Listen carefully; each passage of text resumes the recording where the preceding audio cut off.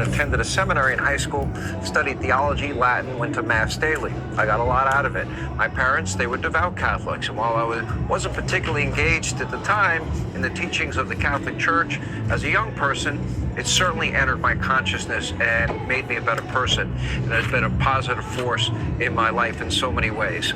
But as of today, I no longer consider myself a Catholic, and while I am a Christian, I left the Catholic Church in large part because of institutionalized corruption, and it was at the parish level, to the bishop level, cardinals, all the way to Rome. And, you know, the very top scandals, terrible behavior, frankly, went not only unchecked, but they never fully corrected it or dealt with it. And others at the Vatican have totally lost sight of the true meaning of the Bible and its teachings. I don't know why for the first 1,200 years of the church, priests were allowed to marry. They changed that law.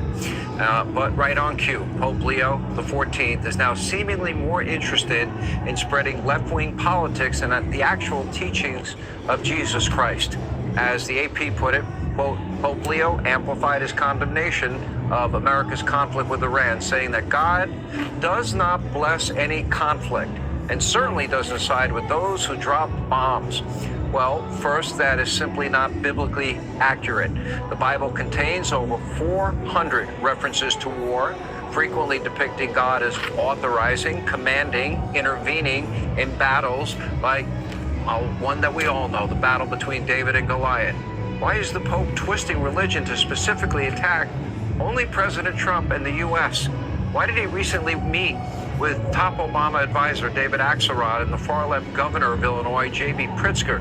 Is it because he's a run-of-the-mill Trump-hating Democrat that lacks moral clarity about radical Islam? By the way, did he talk to them about abortion? Well, in that case, you know, where are the pointed words for Iran, this evil regime, the #1 state sponsor of terror, the people that murdered 45,000 innocent protesters? Not a peep from Pope Leo. Iran is now set to, you know, literally have 4 more protesters and hang them and kill them, including a woman. Nothing from Pope Leo. Iran oppresses women. Nothing from Pope Leo. Tortures them, rapes them, kills them. Nothing from the Pope. Iran backs terrorists in Iraq and Beirut who have killed Americans for decades.